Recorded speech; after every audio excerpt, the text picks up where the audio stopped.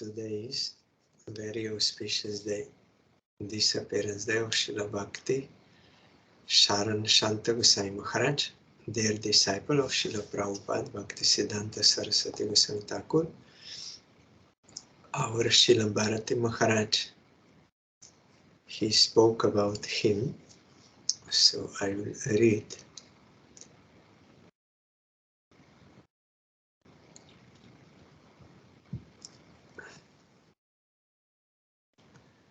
Today is the disappearance of Srila Bhakti Sharan Shanta Goswami Maharaj, a disciple of Srila Prabhupada. Externally speaking, he was born in Jessore district, now in Bangladesh, in Bodh Khana village. After joining the Mat, he was awarded the name Parananda Prabhu. One of his services was to perform Arati at the Jogapith temple. At that time, ladies from Vishnupriyapali would attend the Arati. There, this Vishnupriyapali village was established by Srila Prabhupada for those ladies who wanted to lead a ascetic life, either widows or those who did not want to get married and they were interested to do bhajan in a renounced way. So Vishnupriya they were doing all the cooking and everything they would do, only ladies. That is near Jogapith. So the ladies from Vishnupriyapali would attend the Arati. Later he went to Godrum. Even then, all the ladies continued to go and see him perform the Arati, because with such devotion he was doing. It is attractive. Thereafter, due to some reversal or rearrangement, he went to Bardhaman district and made his ashram in Ahiyapur. When he performed deity installation there, he decided to take Guru Maharaj, means Srimad Bhakti Daita Madhav Goswami Maharaj, with him. At that time, Guru Maharaj inspired him not to stay there, but rather to reside in the Dham. So he moved to Mayapur and made another ashram there. Guru Maharaj would often convince his god brothers to settle in Mayapur and stay together. His mat is, if you go from our mat out and then left towards Ganga Ghat, then when there is Gopinath Gauriya mat on left side, opposite to that little bag, little more towards our mat, is his mat. Now, Srila Bhakti Vigyan Bharati Goswami Maharaj's Samadhi is also there in this same compound, and all the devotees of Shri Gopinath Gauriya mat, they are managing that mat also. Because I was with Bodhayan Maharaj in Vienna, I don't remember which year, maybe 2013 or so, I don't remember.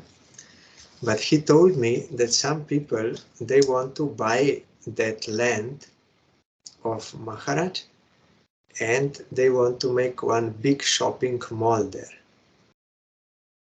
And there was some paper problem or something was there. So Bodhayan Maharaj was very concerned that this should not come into the hands of some people who want to do business in Dham. So he was concerned and he was trying to collect money so that he could legally get that place. So finally he succeeded, because it was his sincere desire. I felt that time that really he said, no, that is the place of our Guru Varga. How this can happen? So because it was his sincere desire, he ultimately could manage to get that place.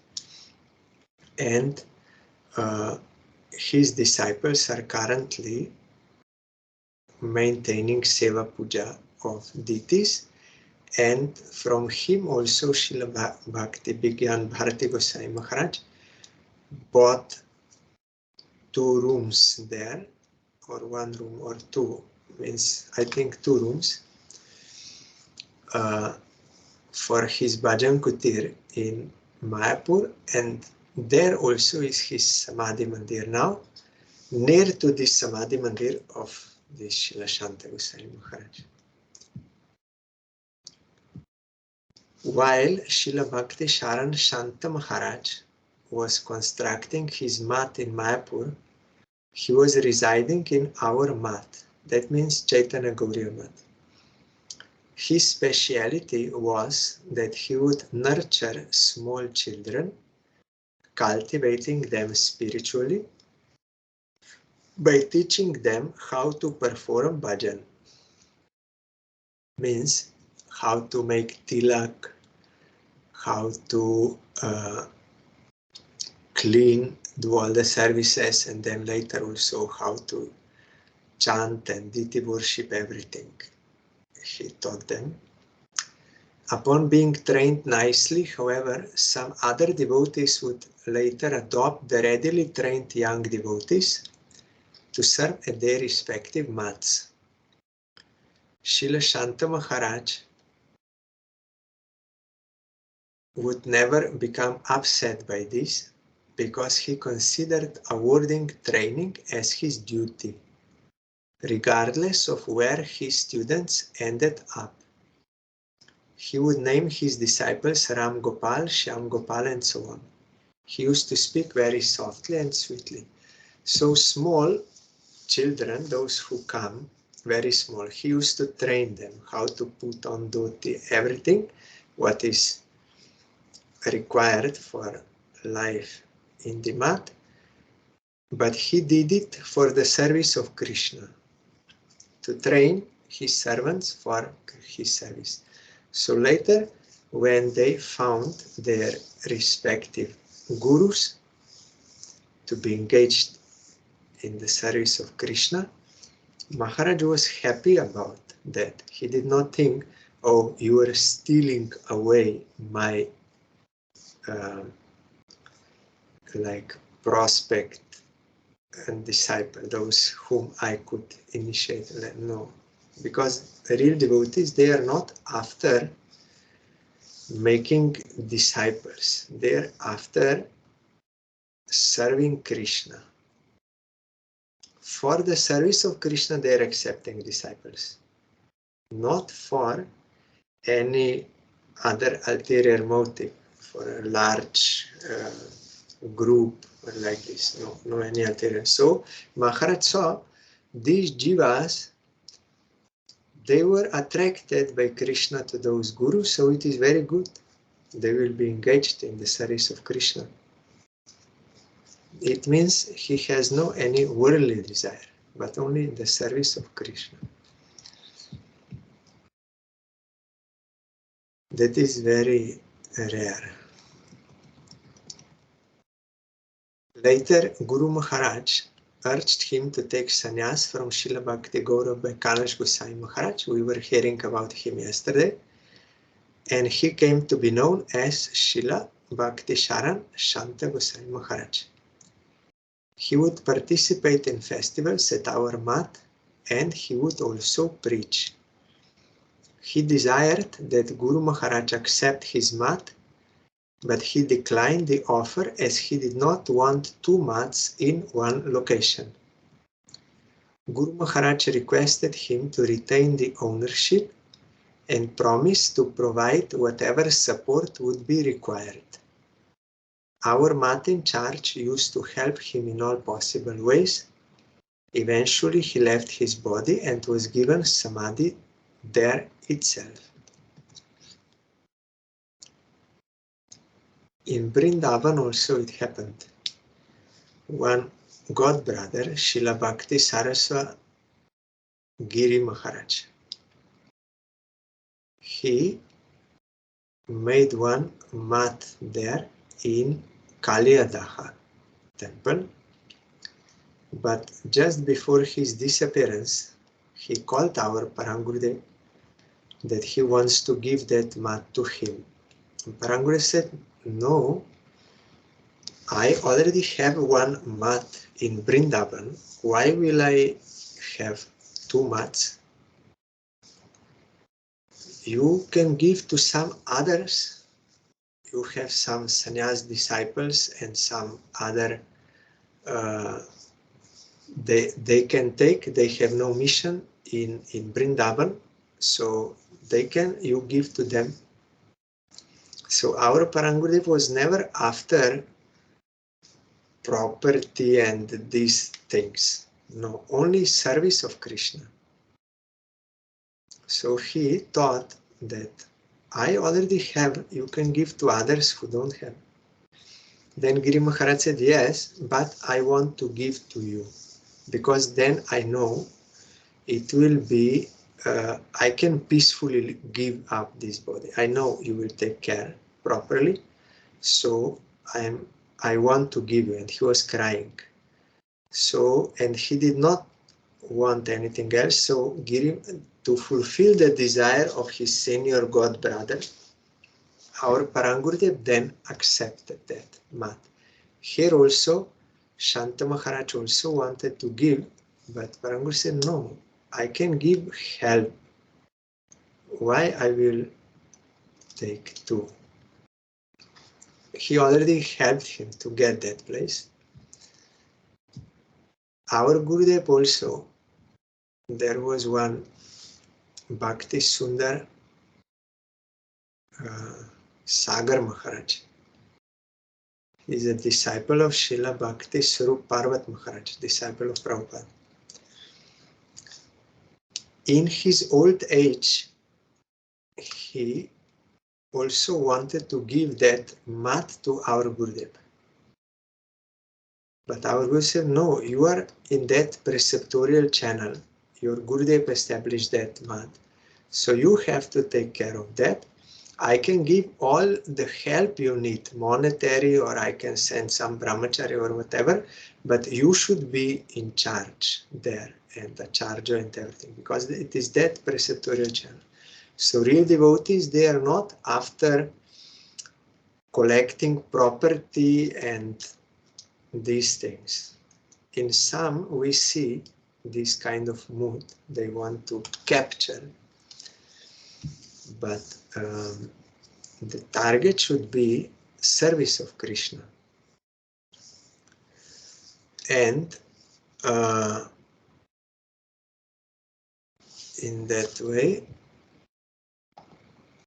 they did. Here, Srila Bharati Maharaj is continuing. Yes, there was another one, god brother of our Gurudev. He became Acharya. He went out of Sri Chaitanya Gauriya Math and became Acharya and was taking disciples, and he made one mat in Koladvip, Navadip city. Because our Parangurudev already told, I am making Srila Bhakti Balabhtirtha Goswami Maharaj as Acharya of Sri Chaitanya Gauriya Math after me. But if any of other my disciples, even during his own life, Parangurudev gave that permission. Someone started already taking disciples during the presence of Parangurudev. Even Parangurudev went to his place and installed the deities for him. One brahmachari. So Parangurudev said, how I can deprive someone, my disciples, deprive them from serving Krishna. Because there it is written in Vaidhi Bhakti Sadhana, 64 limbs, there one limb is, one should not take too many disciples. So it means you can have disciples.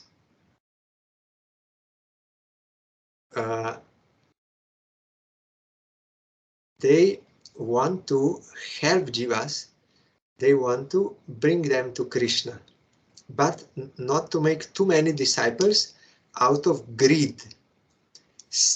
not seeing whether really they have faith in Krishna or not, and without saying any rules and regulations, just to collect more disciples for getting money and name and fame and this. If that is your target, then you will try to collect much without considering whether they are qualified or not, or they are willing to follow all the rules and regulations. That does not mean that if someone has a lot of disciples, it means that he's greedy. No. Narottam Thakur had a whole country disciples, but there is no ulterior motive there. Someone may have one disciple, but with wrong motive. So this is not the point. The point is not to make too many disciples by accepting unqualified, faithless, for some other purpose. That is the point. Ramanuja and the Acharyas, they also had so many disciples, you cannot count. That does not mean that they are collecting like for some other desires. No. So Parangurudev said, if anyone wants to do this service for Krishna, then he may do. How I can deprive him of this service? But they should make their own mat, own institution. Chaitanya Gauriya Mat, only one Acharya. So that one Gurudev's god brother, he made like that. But when he became old, he also requested our Gurudev to take that. And he was crying. I saw him in Calcutta Mat. That sannyasi, he came to our Gurudev and he was falling on the ground, sitting on bare ground, and was crying, and he was requesting Gurudev. Then Gurudev agreed, because he's a god brother. So then he took charge of that, Navadip Mat also, as a part of Chaitanya Gauriya Mat. Because it was a god brother, so it is same line. But if someone else, then Gurudev used to support them, support their mission.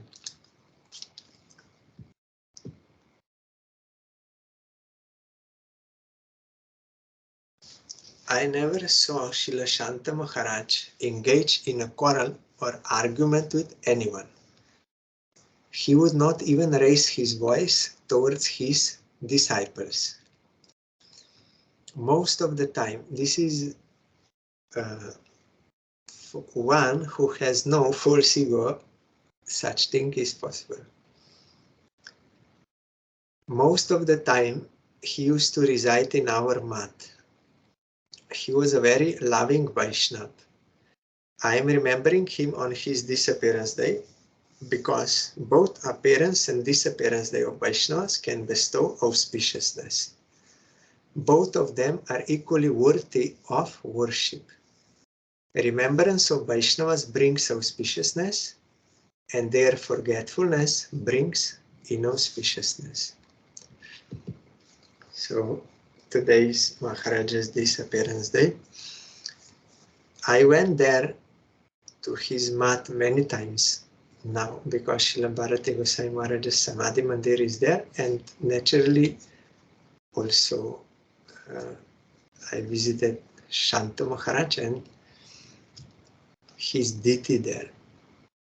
So I'm remembering his Samadhi Mandir, bowing down to him and praying for his causeless mercy.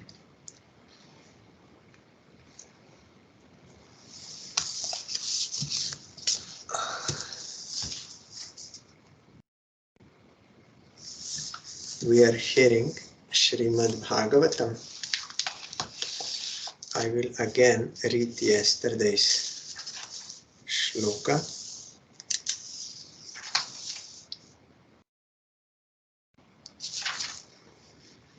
Tam menire bala muda strainam chanuvratam raha apramana vido bhartur ishwaram matayo yatha.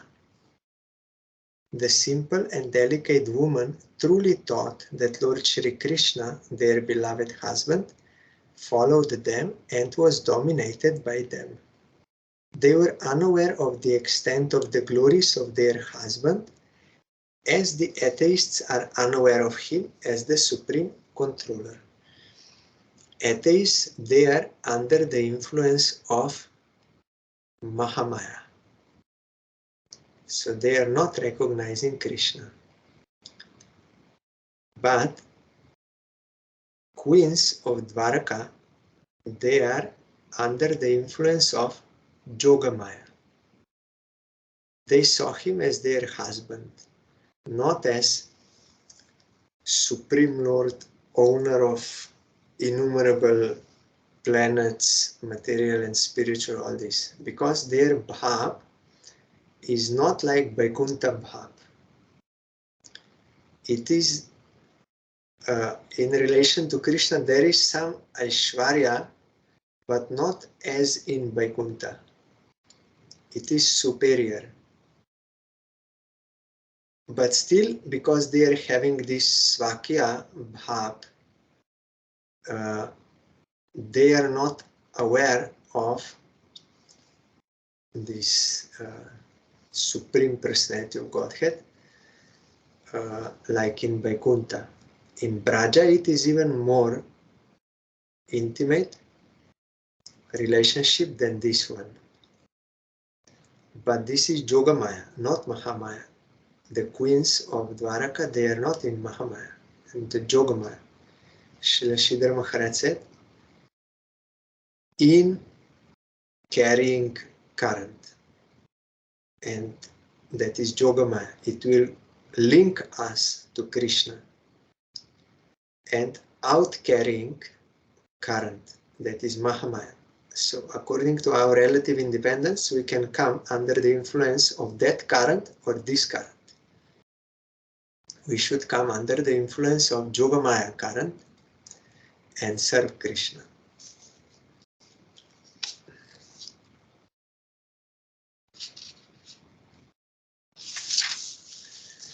Next chapter, 12. Birth of Emperor Parikshit. Shaunaka Uvach. Ashvatamno Pasrishtena Brahma Shirshnoru Tejasa Uttaraya Hato Garba Ishana Jivita Puna. The sage Shaunaka said, the womb of Uttara, mother of Maharaj Parikshit, was spoiled by the dreadful and invincible Brahmastra weapon released by Ashwatthama. But Maharaj Parikshit was saved by the Supreme Lord.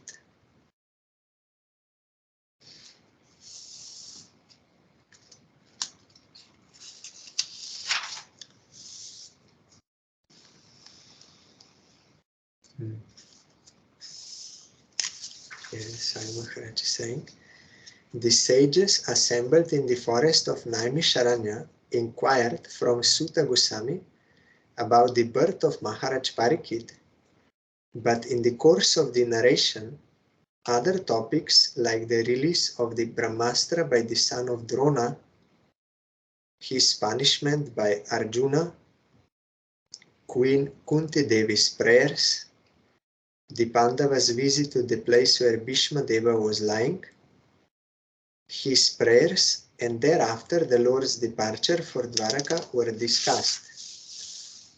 His arrival at Dwaraka and residing with the 16,000 queens, etc., were narrated.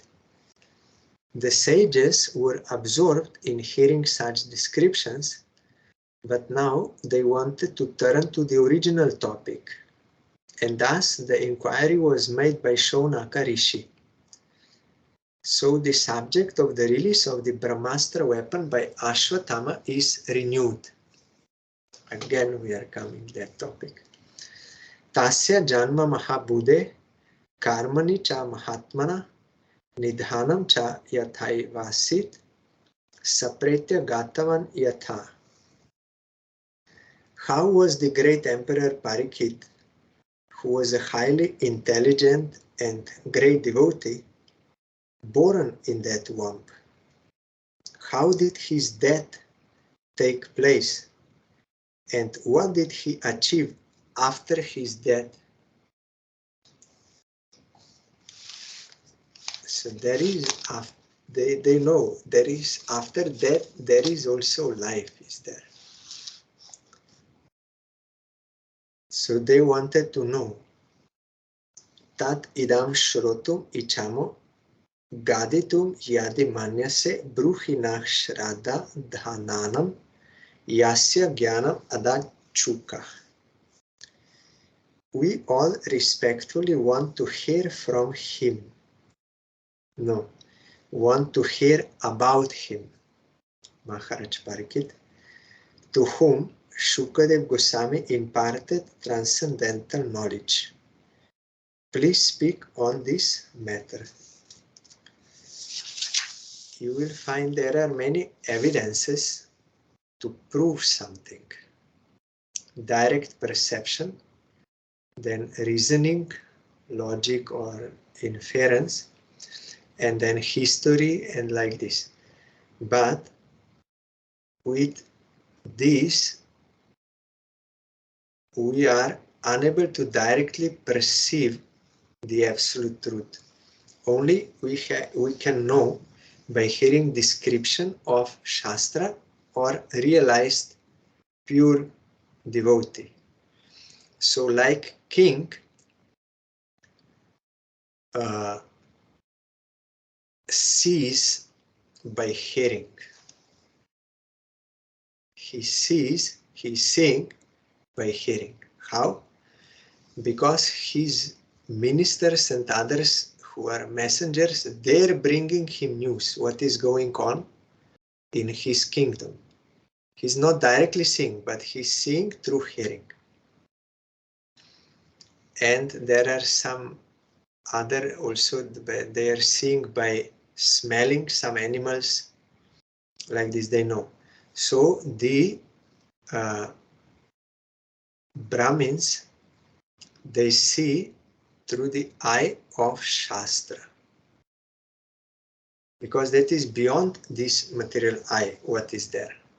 With this material eyes, we cannot see about the Atma and how Atma is born, how Atma, where it goes. All these things we cannot see. But there is some inference also possible.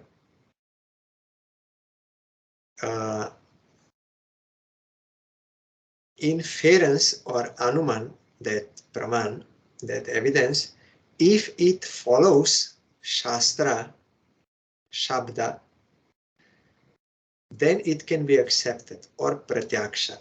So once it happened, our Parangurudev was invited to Punjab in Jalandhar. There is one Sanatan Dharma Dharamshala, one place there. And devotees of that place, they invited our Parangurudev to inaugurate one festival for Chaitanya Mahaprabhu's appearance day. That was little after Parikrama. So Parangurudev came there and he was staying in one house.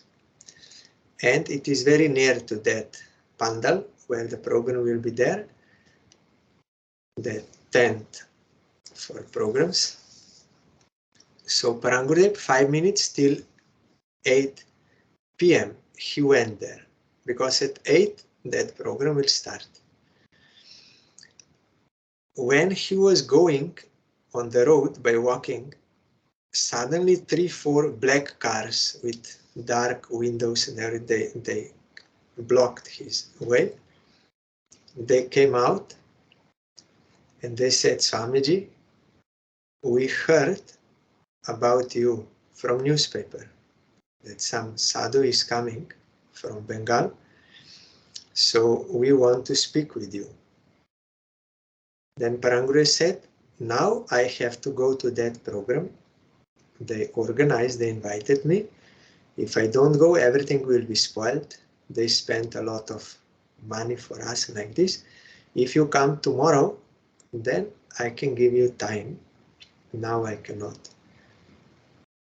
Then they said, no, Swamiji, today only, because tomorrow we will go to another place. Then the local person who was the organizer, he told to Parangurudev, he recognized them, that there are some big persons of that city, income sales officer and tax collectors and some big rich person like this. High. Then he told, you give them some time, 15 minutes, it will be good. So I will inform there that you will be late by 15 minutes. Then Parangurudev went back to his house and he sat on the bed and they sat there. Then one who was income tax officer, one Mr. Pandey, he said, Swamiji, I don't believe in Atma Paramatma. In Atma and Paramatma, I don't believe. What is beyond my senses, what I cannot experience with my senses, that does not exist. It is fictitious. I don't believe. I have 20 questions for you. Then Parangurudev was never disturbed because no false ego. Realized so. So he said, okay. Then Parangurudev was writing those questions. By writing 20 questions, already 15 minutes passed. Then Parangurudev said, I'm sorry. If I would answer each your question for 5 minutes, I will require 100 minutes. So I cannot spend so much time. Again, I am requesting if you will come tomorrow, I will give you sufficient time. Now I have to go there. And Parangurudev stood up and was going on the road. Our Gurudev was walking with him. Then that Pandey on the road, he came to Parangurudev and said, Swamiji, I came with great expectation to you. I am having so much mental agonies, mental disturbance. Please give me some advice or give me some mantra or something. Give me for 1 minute. You give me. I am having so much mental problems, mental disturbance, anxiety, everything. Then Parangurudev smiled. He said, Pandey, you are deceiving me. You are cheating me. Then that Pandey said, no, Swamiji, really, I am speaking sincerely. With great expectation I came. You please give me some mantra, something. My mind is very much disturbed. Then Parangurudev said, no, you are deceiving me, Pandey. No, Swamiji, why you are repeatedly saying I am deceiving you? It is really I am speaking. Then Parangurudev said, because before already you stated that you don't believe anything which you cannot experience by your senses. So, did you see your mind? What kind of color is your mind? Red, green, blue, or what color? Did you touch your mind? Is it soft or hard? Did you taste your mind? Is it sweet or bitter or what? You did not. So there is no mind. So if there is no mind, that is all fictitious, it does not exist, then how there can be any mental disturbances? You are deceiving me. Then that Pandit said, no, Swamiji, it is okay. I did not see my mind, I did not touch, I did not taste my, that is okay. But I know that mind exists because so many thoughts are coming. That stream of thoughts, by that I know. Then Parangurudev smiled and he said, yes, you see, this is your answer. For Atma also, although we cannot see with these material senses and we cannot think with mind, but we can know that it exists by the existence of desire. No one wants to die. They want to remain. They want to live. Something which is temporary cannot have the desire to remain eternally. Everyone knows he will die, but he does not want to die. From where this desire is coming? It does not come from body, from something temporary.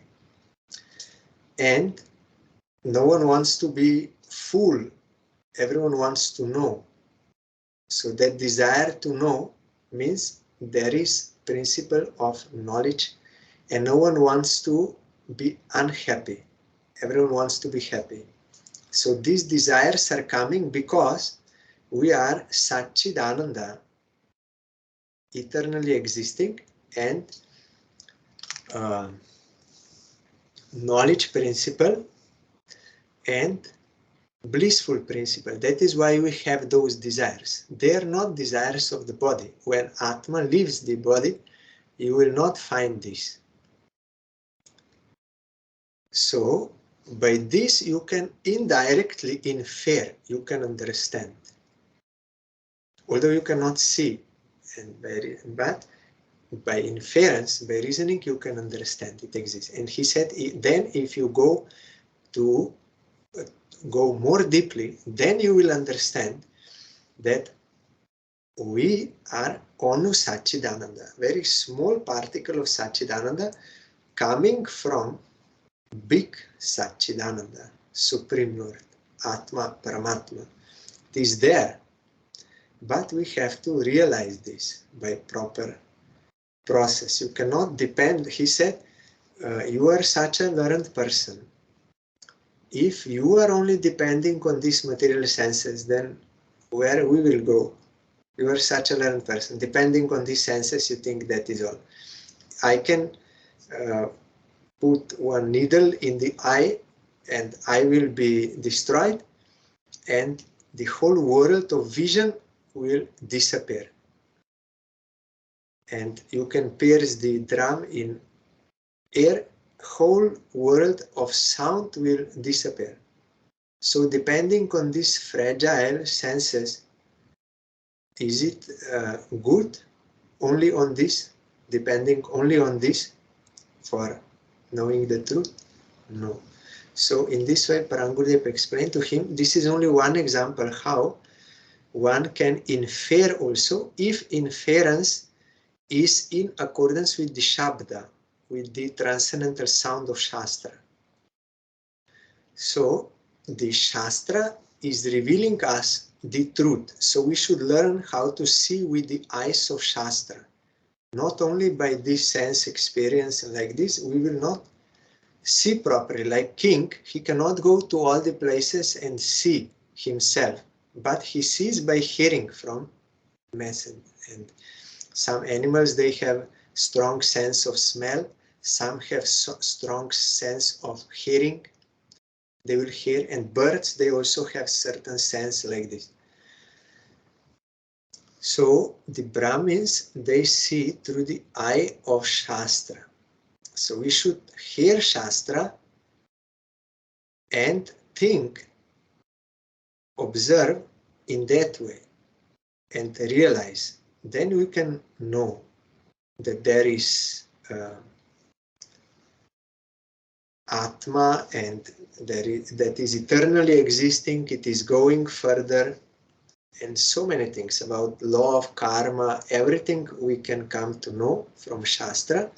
So we should apply that in our life, what Shastra says, and realize then our life will be more proper than only depending on material senses and intelligence. So here they, because they are sadhus, they asked, how did he leave this body, Parikshit Maharaj? How he was born, because the Brahmastra came, how he left, and what did he achieve after his death? what he got. So they already know by Shastra, there is Atma is eternal.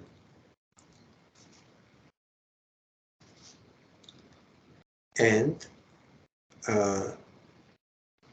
Shukadev Goswami imparted transcendental knowledge to him. We have to hear.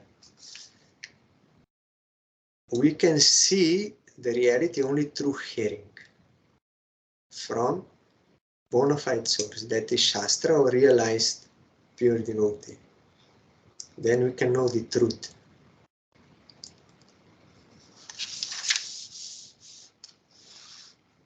Sutta Uvach.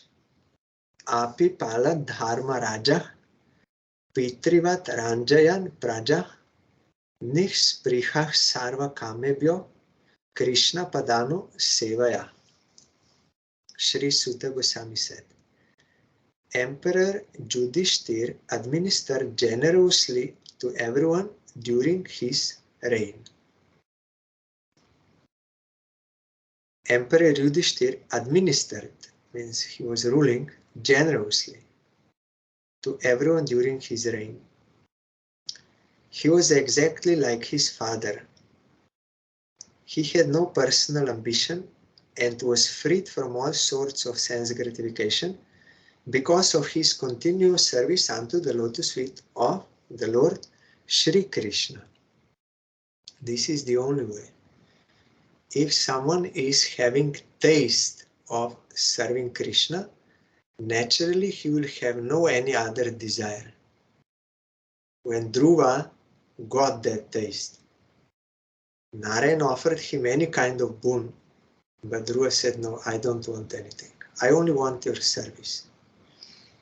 When Nrisingha Bhagavan offered to Prahlad anything, he said, no, I don't want any, I only want your service. When Sridhar Pandit was very poor, Mahaprabhu said, I can give you anything you want, you request. He said, no, I don't want, I only want your service. When Britasur was praying, he said, I don't want anything, I want your service. When Bali Maharaj, Bamandev said, what you want? I can give you everything. He said, I don't want anything, I want your service only. Because already they have that taste. And that Vasudeva Vipra in South India, Mahaprabhu also, he gave him nice body. He said, no, I did not want this. Now I will become proud. I only want your service. Then Mahaprabhu said, you will not become proud. You will always serve me. So in this way, those who got the taste, they have no any other desire. It is in 4th verse of Shikastaka, Mahaprabhu said, Na dhanam, na janam, na sundarim kubitang va jagadisha kame, mama janmani janmanishware bhavatat bhaktira hoitu kittai. I don't want anything, I only want your service. So we have to associate with such type of devotees who are getting that taste. Then we will be inspired to serve Krishna, and we can also reach that platform. But only theoretically speaking, that cannot give that kind of effect, inspiration. So, because he already got the taste of serving Supreme Lord, like Ambrish Maharaj also, he had no any selfish motivation. That is why he could rule nicely, generously, for the benefit of all. But if leader, king, they are demoniac, they have selfish desire, then they will exploit and torture and oppress and all this to squeeze that. But they will not be happy, and citizens also will not be happy. And they will have to die in agony. And in Yamaraj's place they will be punished. All these things. So we have to hear Shastra and come to know about the law of karma and what are good actions, what are bad actions, what is our actual requirement, what is not. Then we can be peaceful in this life and also in next. So he was exactly like his father, Pandu, very ideal character. So he was ideal. Sampada Kratavo Loka Mahishi Bratarom Mahi Jambu Dvipa Dipatyam Cha Yashashchatri Divangatam. News even reached the celestial planets about Maharaja Yudhishthir's worldly possessions, the sacrifices by which he would attain a better destination, his queen, his stalwart brothers, his extensive land, his sovereignty over the planet Earth, and his fame, etc. So even in heavenly planets, they would speak about him, about Yudhishthira Maharaj. So great he was. That news reached that place also.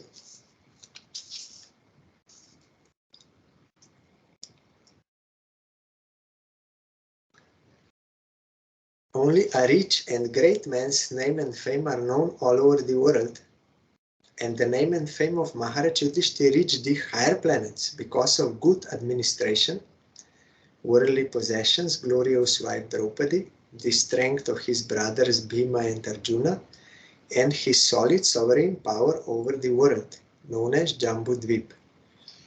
Here the word loka is significant. There are different lokas or higher planets scattered all over the sky, both material and spiritual. A person can reach them by dint of his work in the present life, as stated in Bhagavad Gita. So according to your action, you will reach certain destination and get the fruit.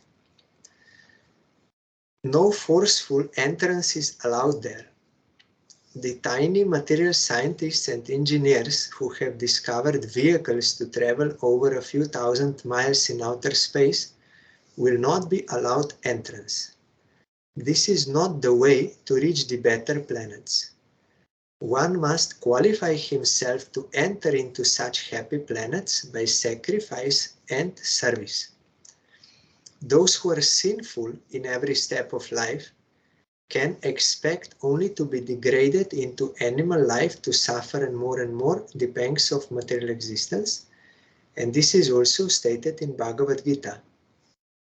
Maharaj Yudhishthir's good sacrifices and qualifications were so lofty and virtuous that even the residents of the higher celestial planets were already prepared to receive him as one of them.